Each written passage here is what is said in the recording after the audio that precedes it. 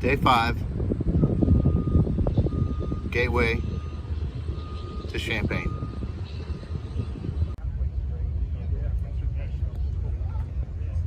Cam here, day 5. We are in, where are we again? Champaign, Illinois. Champaign, Illinois, thank you. I happened to cross this gentleman and a very nicely done 68 Roadrunner grafted onto a 2013 Challenger chassis. It's been done, yes, but I haven't seen one done this well. We're gonna walk around the car, and the gentleman's name is Kirk Simmons. Kirk Simmons, and Kirk's gonna talk us through some of the process, and I'm gonna walk around while we're doing this. Essentially, we've got the wheelbase hasn't been jacked with at all, right? Nope, yeah, I think I remember that. Both are 116 wheelbase, and what we did was pretty much just a floor pan cut, right? You cut the rocker to rocker, cut the whole firewall out, the whole front inner structure, under the fenders and all that's all new Challenger with the Roadrunner core support grafted in, just to hold the radiator and have proper hood bumps and stuff. So, any clearance issues with wheels and tires? I mean, how does it? Yeah, the front we had to end up using a little bit stiffer spring. I think the Challenger's was like 208 pounds, and I think I've got a 240 in it, and then space the struts a half an inch to clear the tire, and it still rubs some. But did you trim the inside of the hood at all? Just a little bit on the inner It structure. doesn't look right like much, but the hood's flat, so yeah, it had about all an inch fits well. overhang right there, and it was hitting the stepper motor on the. So was that engineered or luck? Luck. I love it. Absolute luck. I like the stance too. Tell me about the rocker, joining the rockers to the floor pans, because that to me is the scariest part of this whole build. I left the Challenger inner rocker on the platform, and then when I dropped the body down, I left the complete 68 Roadrunner rocker, which is angled on the inside. Right, then right. Then I capped it over with an extra piece of metal down in between the two. Because it snugs in nice, and your wheelhouses in the back. We were talking yesterday, and I remember you saying something about you doing a little different, but not much in the rear area. I left the Challenger inner wheelhouse, right, and made an outer that came all the way over to the quarter and had a flange on it, so I could panel bond it to the quarter panel. So essentially, the tubs come straight out to the quarter for tire clearance. Okay. Well, you got plenty of it, it looks like. And I guess we hook okay? You got any traction issues? It seems to, it seems to hook okay. Dad's run it several times, and I think quickest it ran was 898 on the 8th mile. What's that in quarter mile stuff? I don't do 8th mile. I'm not sure. That's mid 13, high 13. High 13s probably. Yeah, I think so. That was on premium gas. And this is a lighter vehicle than a Challenger. So you're doing it a huge favor probably by taking 700 pounds. Yeah, you're doing a huge favor by taking all that off of it. Yeah. I noticed quite a bit of rubber on that quarter panel there. You guys been having some fun today? He's got a lead foot. I like it. So we also talked, and you said you might be doing this again. Several times, probably. Several times. Probably got three in planning stages, I guess you would say. Now we discussed a little bit of your dash work, and you said you carved a little bit of the dash up for where it would fit the original steel in the dash. Right. It's still got to be finished out. That's the upholstery guys. Well, sure, that stuff covers nicely. And but the interesting part to me was that you left the steel dash. Yes. The original part of the steel dash alone. It's still in there. Yep. So most of the driver's side section of the dash, the face of the dash has been moved out about 2.5 inches. Right. Okay. So the factory glove box liner fit perfect. Yeah. The driver's side of the dash, majority of it is all hand fabricated to house the headlight switch, trunk release switch, the ignition switch, instrument cluster.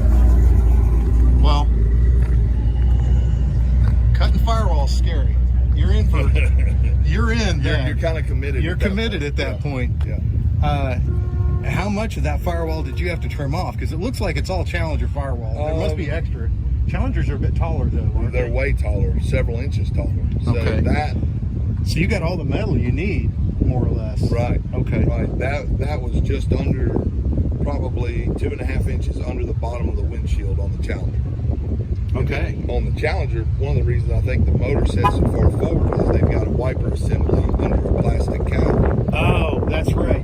That was what you said gave you the most heartburn was the wiper. The wipers, stuff. yeah, the wipers, because I had limited room under the dash. Yeah. So how'd you get around it?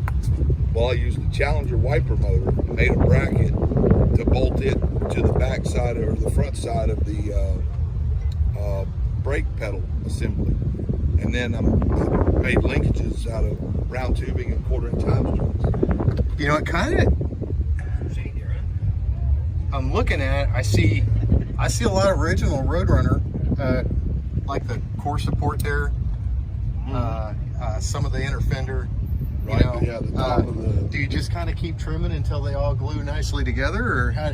Well, once I got the body situated and I knew my distance from the door to the front center wheel, center of the wheel.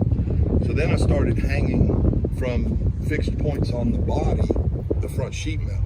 Yeah, because your panel gaps look nice. And you know, considering the car's been radically. I had the car on my version of a frame jig, so it was tied at 8 points. The Challenger was. But a frame jig on the Challenger isn't your problem. Your Challenger's not going to move. Your Roadrunner's going to move. So once I got the body secured, I started hanging the sheet metal and bolting it together with pieces other than the core support, but using blocks and scissor jacks to line everything up. And then I started making the mounting points in here for the front end. So it's still in adjustable. In hindsight, which is funny because that's a great name. I keep saying that. But what would you say? What was the worst part of the build for you besides the wiper motors? Making the first cut. Okay, all right, I understand that. Because here I've got 2 cars, you know, and I don't want to waste both of them. Right. I don't want to roach both of them. So, yeah, to be 100% sure that when I make this cut, it's in the right spot. What was the most, what would you do different? What do you think you'd do different if you had a chance? The tops of the strut towers, I do them different, and where the rear frame rails. The front struts? The front strut towers, I cut. What would you do different about 2 that? inches. Well, it's strong, it's 1/4-inch steel, but it's aesthetically unappealing to me. Part of my artistic side is also making it pretty, you know. I just don't. I not to offend, but I just don't see it. I think it's great. It fits. The part that amazes me is that it fits. It fits so if you beautifully. drop those, well, they're dropped now. I plateaued the outside of the strut where it has a dimple on a factory Challenger, where I guess it's upper ball joint clearance. okay. So to get the car this low on the Challenger chassis and be able to keep it under the tops of the fenders, I had to cut that bump out. All right. So that was one of the key things of getting the body down lower on the chassis. Well, lowering the seats.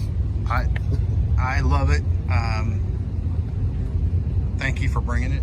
Thank you for sharing it with me. And absolutely, I love it. And we may talk again. We'll see.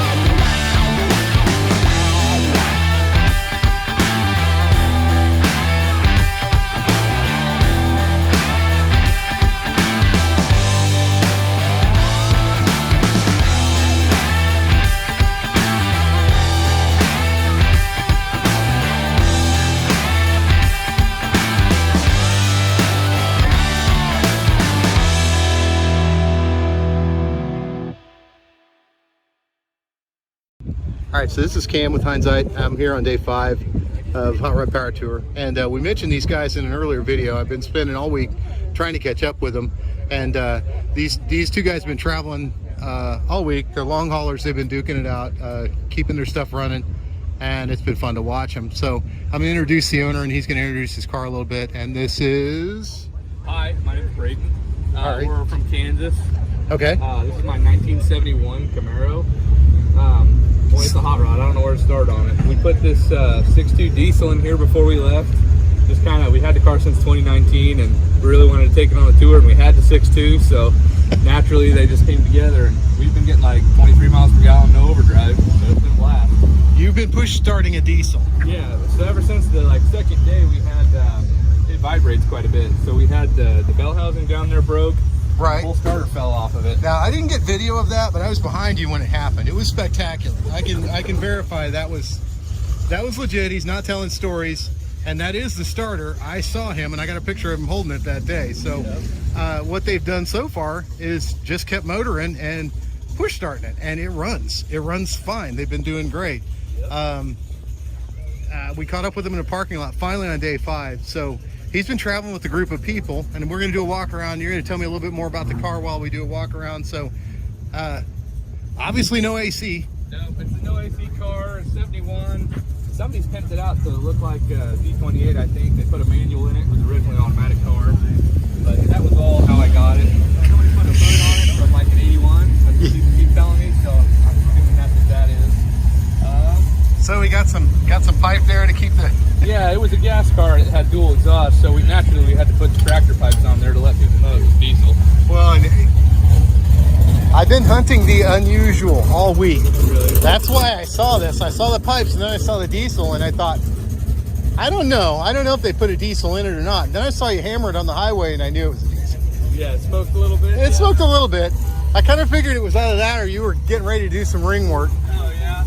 Well, so I like that you've labeled things. So funny story about that. He stuck that on there, my buddy did, that I'm with, before the tour, before we left. And we dragged it at the last stop. And instead of writing the window number down, they just put rust on the drag. They put the other car's number and they put rust. So. Coming through. That's dope. There's a clip where it says rust right there. Yeah, it ran at 18 seconds. Well, you know, it's diesel, yeah. So whatever. Well, you know, and it's running okay. I saw you wrenching on it, but you were doing some adjustment on your Z-bar. Yeah, all I know is we had a guy come up to us, this was about midway through the tour, he goes, "You can't roll start that."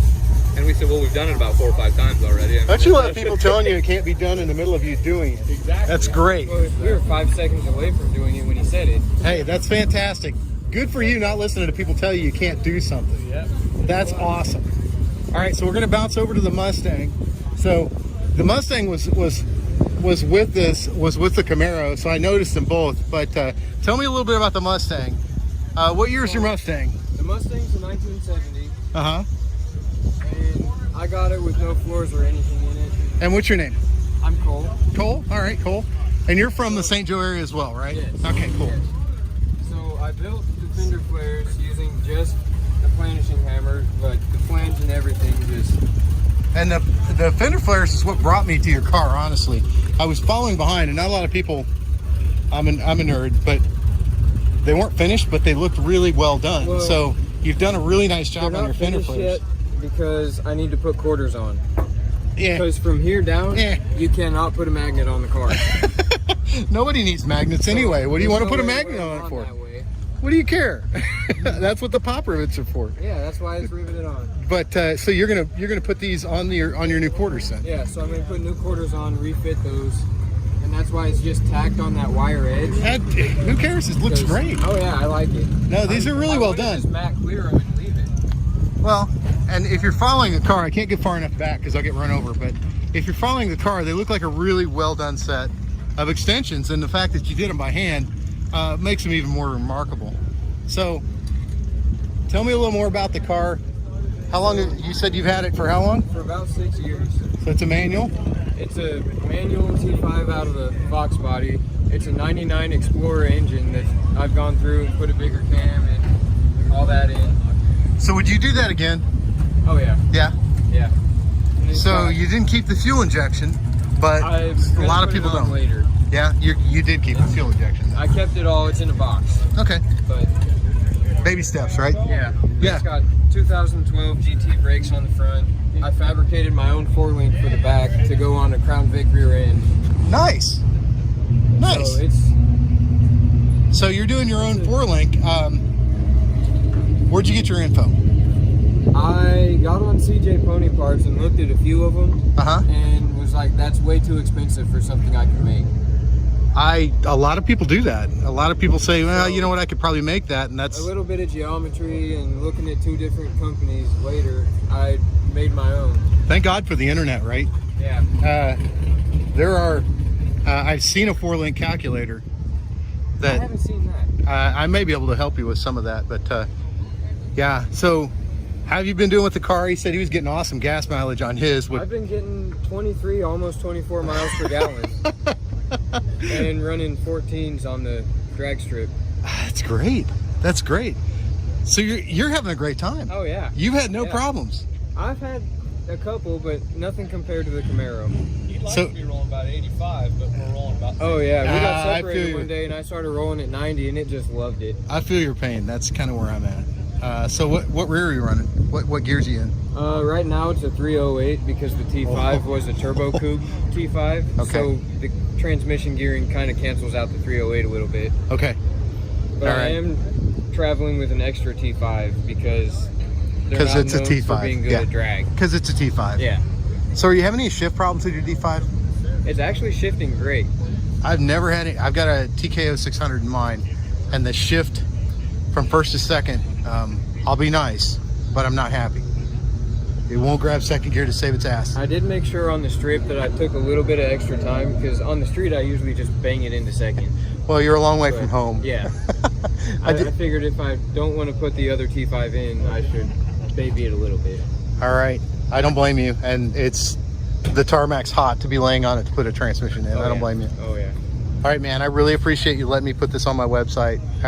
Excuse me, on my channel. And, you know, look for it. It's going to be out there. All right. Thanks, guys.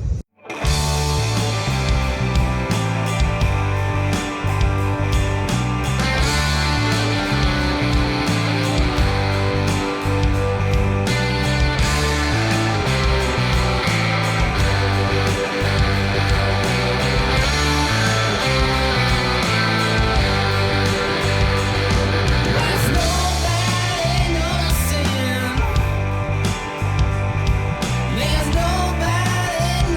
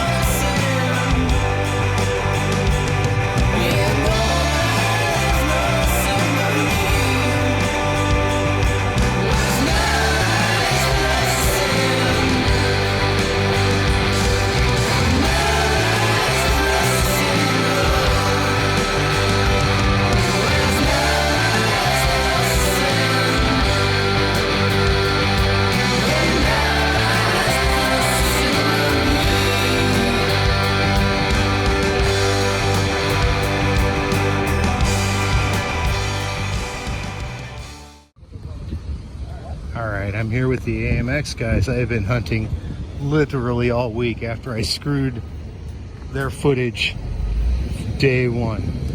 So day one, I'm introduced to these people. I'm standing in gold parking, which is, well, it's gold parking. And I hear the sound of a hammer, which is the sound of my people, I'm not gonna lie, beating on tin. So I follow it knowing I'm gonna find something good. And this is what we turn up with. I really like this car, and the owners will be quick to tell you it has some erosion issues. So they're gone. They just got here, and they have gone to get their long hauler plaque because, well, it's a long hauler. So this is a story of success, struggle, and also encouragement. Those of you out there that don't think you've got what it takes, or don't think your ride will make it, I offer you this, the AMX, and I'm going to show you what these people endured on the way here. So that's a giant hole. That is just an oven right there, folks. Here's the wind cooling device that we were using, and you know, I still love this car. I'm not sure that I would have been crazy enough to try long haul in it, but God bless them for trying it. I'm just super impressed with these guys. So anyway, I'll get an interview with them when they get back, but this is it. So we've given a bit of an intro, and you can tell us, we just finished putting, what'd you do? You wound up putting an alternator in it? Yeah. So generally speaking, everybody's been pointing fingers at the alternator. We did pick up a regulator for this thing because they do have external regulators on these, but we still don't really know the health of the alternator anyway, so we decided to go completely different, and happened to have a fellow AMC person that knows all about swapping over to a GM alternator. So on the way up, we stopped by a little town in Illinois to pick up a brand new GM alternator. And then, yeah, now we're gonna have zero charging problems forever. You're brave. So tell me about the car, because all of that first day got wiped out. So tell me a little bit about the car. You were talking about how much of a shakedown you had given it before you started on the tour, which really impressed me. So yeah, I mean, as far as shakedown goes, I mean, the engine has, before I left, well, let me start over. So as far as shakedown goes, I drove it from Columbus to Athens, Ohio, which is like 90 miles one way, and promptly got stranded, which is when the first battery died and I put another battery in it to get back to Columbus. So that was shakedown one. Number two, actual true shakedown number one, I got stranded on the side of the road a mile from the shop. And then shakedown three literally was, let's go to Norwalk. So well, you know, with 1 and 2 being so successful, yeah, why not go for 3? 1 went terribly bad, 2 went pretty well, but then ended up bad. So we figured we had it all figured out, we just go for 3. Okay, yeah. All right. And I caught your video, you guys coming through Indy. Indy was awful. Yeah. How did the car treat you in Indy? I mean, it's a little, it doesn't have a roof, really, per se. Right, so right. When it decided to be rainstormy in Indy, it gets a wee bit rainy. What do you think the odds are you finding another one of those? Well, I guess technically speaking, this is like a factory option. Yeah. So possibly. I may be able to just cut a piece of Lexan for it. I may be able to find a piece of glass for it. I may honestly probably put a roof scoop on it because I want to use it as a vintage race car, and I think a roof scoop would look pretty awesome. Which the great part about these cars is there just aren't that many of them. No, there so, really aren't. They didn't make any of them in the first place. They didn't sell well when they were brand new. How many do you think they made of these? I heard you talking numbers earlier. I didn't catch the. Yeah, I think it was like 800 that they made that were V8 4-speed cars, factory. Which this was? This is original 304, original 4-speed car. So matching. They made like 800 of them, and they, you know, I can't imagine there's more than 100 or so of them left on the road that are still running. So it is the original 304 that was in the car. And you haven't done much. You haven't done much for the drivetrain. You haven't really done a whole lot to it before you drove it here. Motor's had about 500 miles on it before we left here. Brand new, fresh build. Oh, okay. 304. All right, good. Yeah, it looks really rough, but the engine's brand new. The transmission's been gone through. The clutch and flywheel are brand new. All right. Haven't cracked open the pumpkin at all. I don't think I would until you had to. Yeah, that's kind of where I am. I'd leave it alone. Until something bad happens, leave it alone. Yeah. Well, thank you so much for sharing the car with me. Yeah, absolutely. I've got a lot of other little snippets of the car. Yeah. Already, and thank you for letting us use your stuff. Oh yeah, absolutely. Anything you need. And will I see you next year? So that's the question, really, that I don't know the answer to. Is yes, I will definitely be here again next year. The question is whether or not I drive this. Yeah. This car, because people really know it, is kind of tempting. But I'm going to work on it a lot in the next year, so it's going to be probably a little less sketchy. I do have a couple of other cars that are in various levels of sketchiness. My girlfriend, actually, we're finishing off her 451 stroker for her 1973 Dodge Charger, like, next week. And then she's going to drive her Charger next year, so I may decide to drive something more large and comfortable. Supporty. Yeah. Well, All I mean, right. I have like full-size Pontiacs that I can drive. So she can have her Charger, I can drive my Le Mans, we can both be comfortable.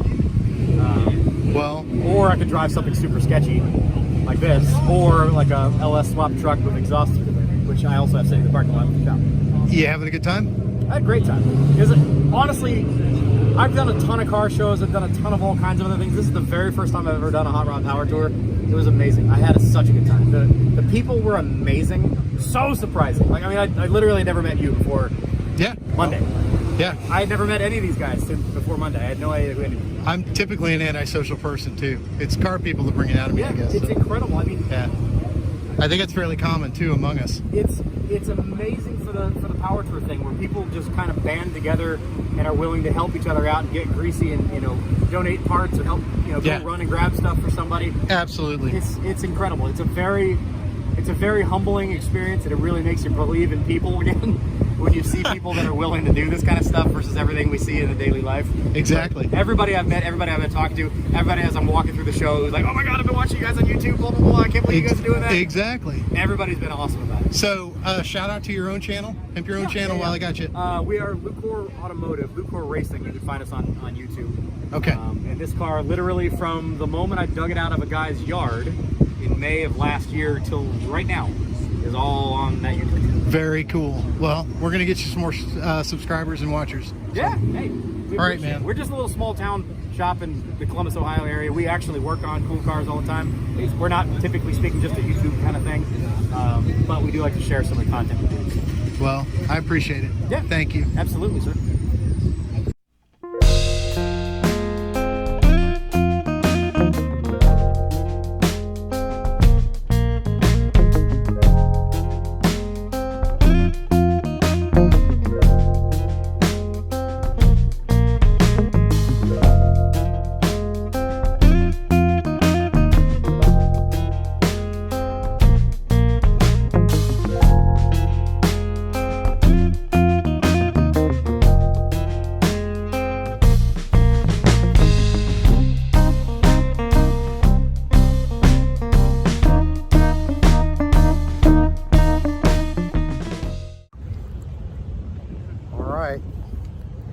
Look around here as I do a slow pan about.